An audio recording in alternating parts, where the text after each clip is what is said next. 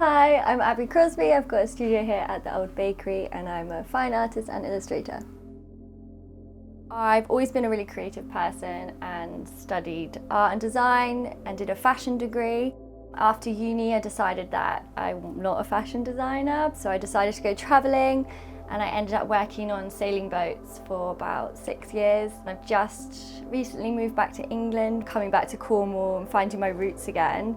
I've always wanted to kind of make this my full-time career, and I kind of just made the jump and just said, this is it, I'm going to do it. And having a studio was kind of a really good stepping stone.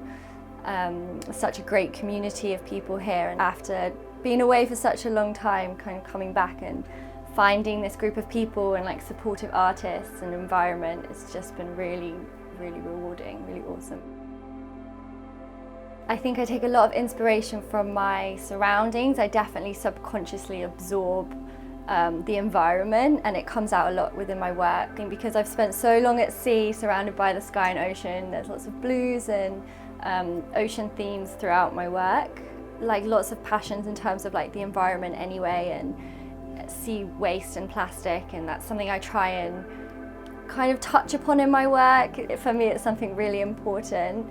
I kind of really like the idea of taking something that people throw away that's still really like useful, and there is like some beauty in it. Like you see bits of plastic washed up on the beach and they get stuck in between the rocks, and that like really bright colour against like the natural like landscape is actually really striking. And I think why don't we like make this into something lovely and beautiful and useful, rather than it just getting eaten by a fish or stuck in the environment and never erode. Like, why can't we just keep it and make something from it? So I try and pick up bits of my car's probably full of bits of rubbish and plastic, and I try and use that within my work, especially when I'm doing printing, get some really lovely textures and marks from just bits of fishing line and bubble wrap and plastic. So it's really interesting to see what things create like textures and marks on the page as well.